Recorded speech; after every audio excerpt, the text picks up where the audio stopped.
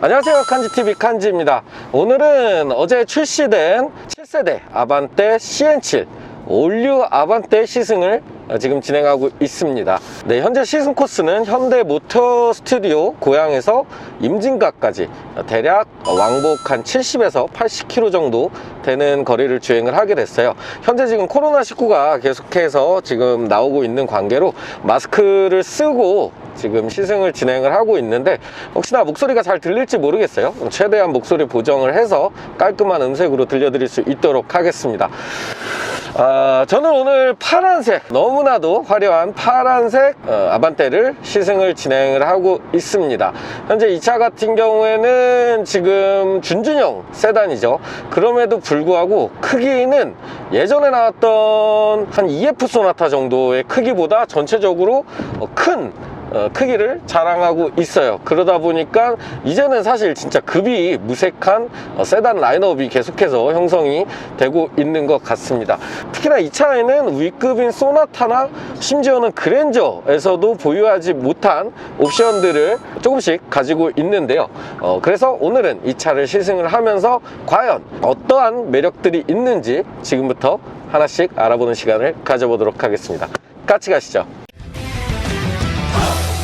자, 얼마 전에 제네시스 GV80을 가지고 그 임진각을 다녀오면서 시승기를 작성을 했었는데, 또 이거 GV80을 타다가 이 아반떼를 타고 시승을 하니까 또 같은 코스인데도 느낌이 좀 다르네요.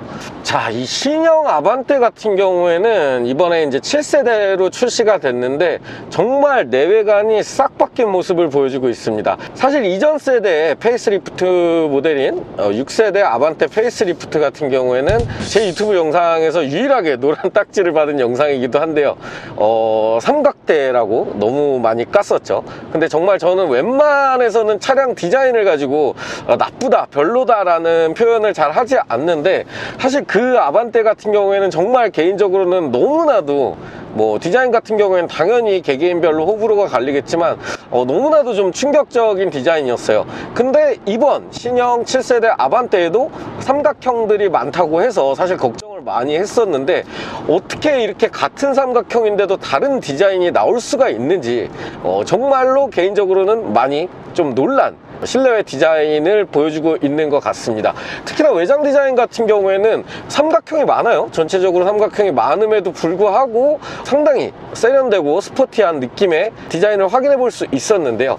특히나 이 그랜저, 더 뉴 그랜저에도 적용됐던 파라메트릭 듀얼 패턴의 그릴이 이번 신형 아반떼에도 적용이 되면서 기존 아반떼의 디자인과는 전혀 다른 앞모습을 선보여주는 것 같습니다. 개인적으로는 전면부 똑같이 헤드램프가 파고드는 삼각형의 형태임에도 불구하고 상당히 매력적인 모습을 보여주는 걸 확인해 볼 수 있습니다. 후면부 같은 경우에도 H 형태의 테일램프죠.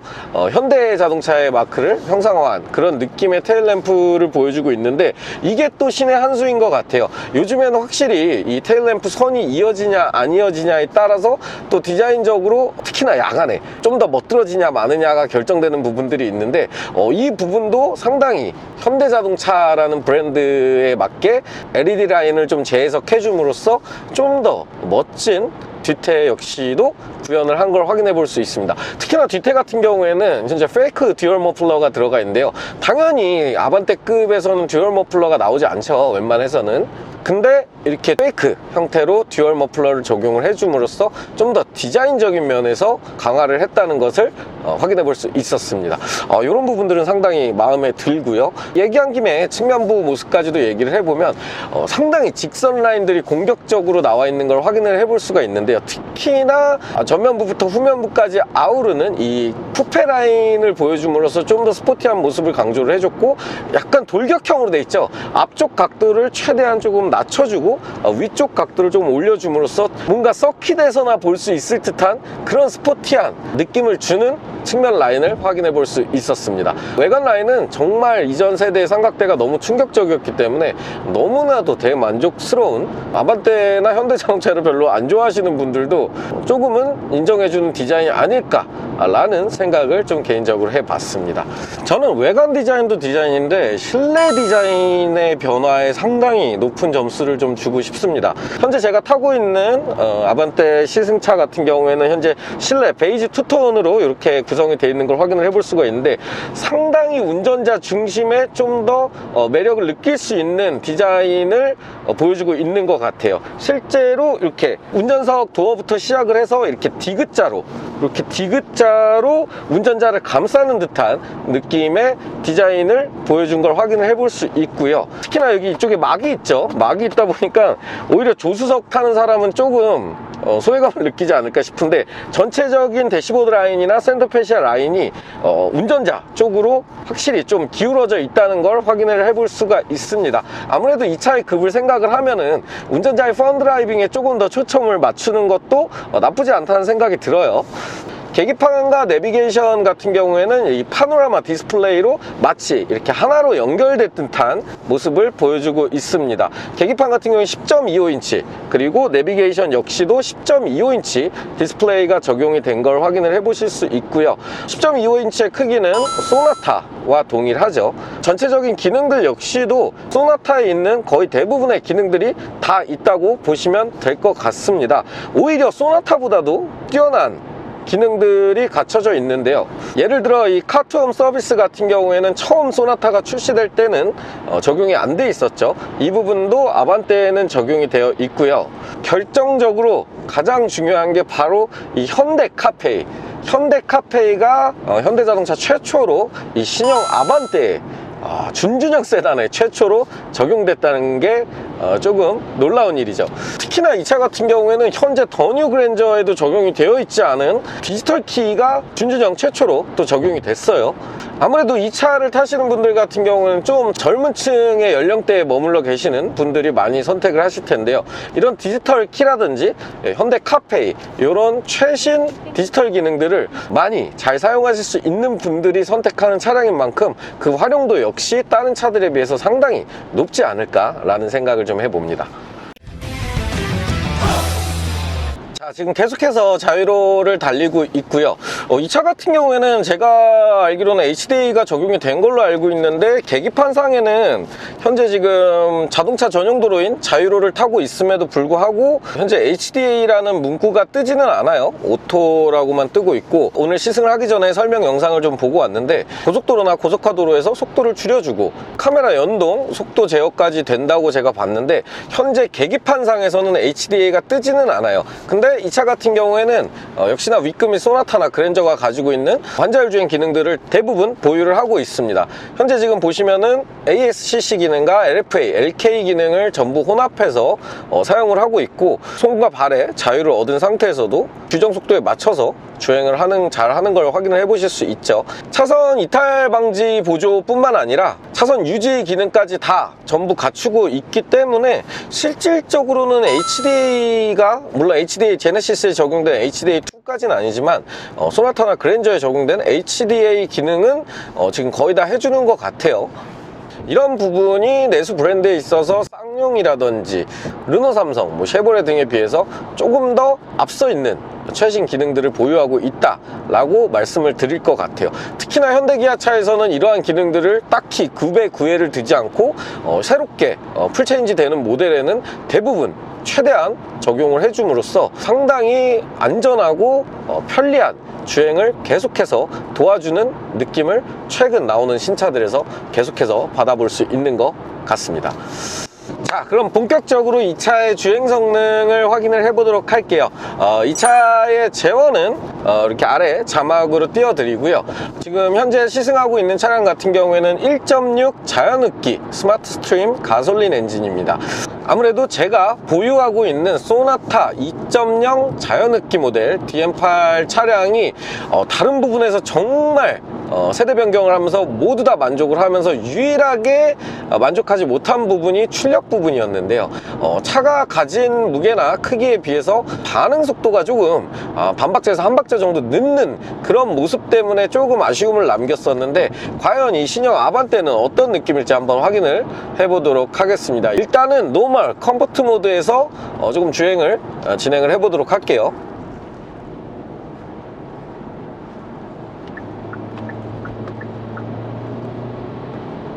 확실히 이 스마트 스트림 엔진 같은 경우에는 연비를 좀 더 강화시키고 그래도 조금 엔진의 안전성을 좀 더 높인 엔진이라고 말씀을 드릴 수 있을 것 같은데요.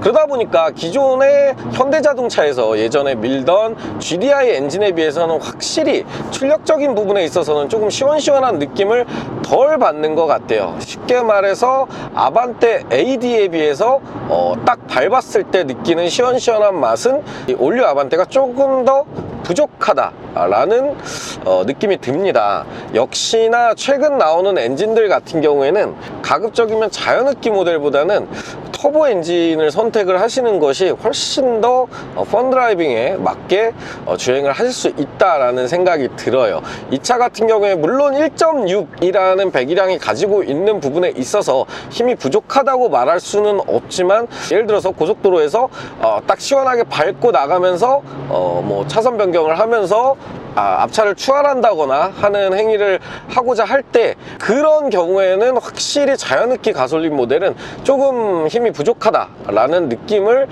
역시 소나타 DM8 2.0 자연흡기나 이 올류 아반떼 1.6 자연흡기 가솔린 모델이나 동일하게 느낌을 받는 것 같습니다. 엑셀의 반응 속도 같은 경우에는 소나타 2.0보다는 괜찮습니다. 다만 그렇다 하더라도 확실히 딱 밟았을 때 바로 반응이 오지는 않네요. 엑셀을 밟고 약 0.5초에서 1초 정도 늦게 반응이 오면서 가속을 해주는 걸 확인을 해볼 수가 있습니다. 지금 현재 노멀 모드로 느낀 점을 말씀을 드린 거고요. 이 차 역시도 스포츠 모드를 지원을 하기 때문에 스포츠 모드를 놓고 다시 한번 밟아보도록 하겠습니다.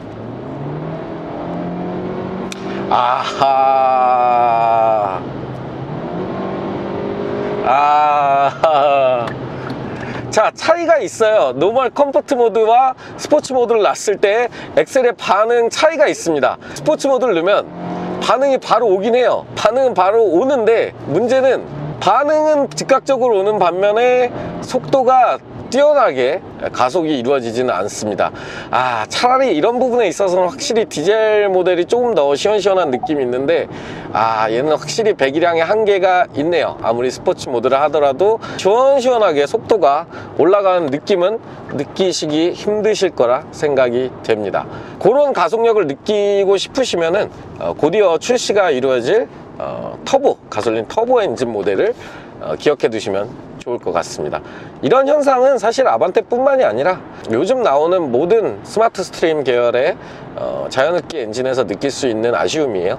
그러다 보니까 현대든 기아든 자연흡기 뿐만이 아니라 터보 가솔린 엔진을 계속해서 추가해서 넣는 이유가 바로 이런 부분에 있다고 말할 수 있을 것 같습니다. 자, 반합점에서 커피 한잔 하고 다시 현대 고양 모터 스튜디오로 이동을 해보도록 하겠습니다. 확실히 점점 밤이 되면서 아반떼에서는 또 최초로 이 앰비언트 무드등이죠. 무드등이 적용이 된 게 조금씩 티가 나기 시작하네요. 아반떼 같은 경우에는 도어는 적용이 안 됐고, 대시보드 라인 에어벤트 하단 부분에 이렇게 얇게 한 줄로 들어가 있는 걸 확인을 해볼 수가 있습니다. 뭐 장족의 발전이죠. 사실 아반떼급에 이렇게 무드등을 넣어준다는 것 자체가. 요즘 신차 라인업 세단들은 정말 진동은 잘 잡는다고 볼 수 있는데, 소음 부분 같은 경우에는 확실히 준준형, 준형, 준대형 급의 차이가 확실하게 느껴집니다. 뭐 풍자로운 부분도 마찬가지고, 아무래도 소나타나 그랜저 대비 유일하게 조금 확실히 급의 차이가 난다 라고 느낄 수 있는 부분은 바로 조금 속도가 올라갔을 때 전체적인 소음이나 이런 부분들은 아무래도 조금 상대적으로 높게 나온다고 보시면 될 것 같아요. 근데 진짜 차량 디자인, 실내가 타면 탈수록 확실히 디자인을 잘 뽑았다라는 생각이 좀 많이 드네요. 솔직히 아반떼급에서 고급스러움을 느끼기는 쉽지가 않죠.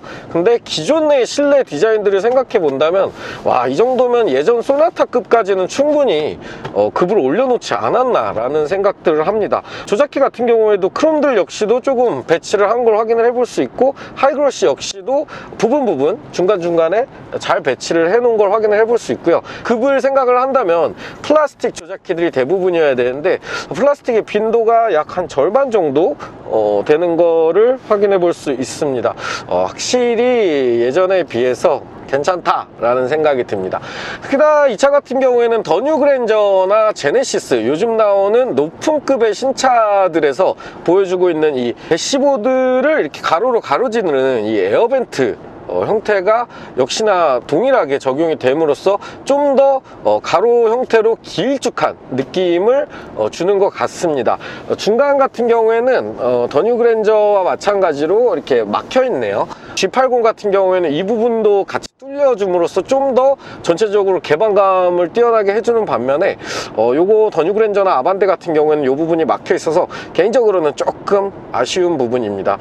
자, 이제 야간이 돼서 불을 좀 켜고 영상을 촬영을 하려고 했는데 여기서 역시나 또 급의 차이가 나네요. 요즘 중형급 이상 차량 같은 경우에는 상위 등급으로 올라가면은 실내등 역시도 대부분 다 LED가 적용이 되는데 안타깝습니다. 이 녀석은 노란색 벌브등이 들어가 있네요. 썬루프까지 적용된 완전 풀옵션 차량인데도 실내등은 아직은 준준형급에서 LED를 적용을 해주지는 않는 모습입니다.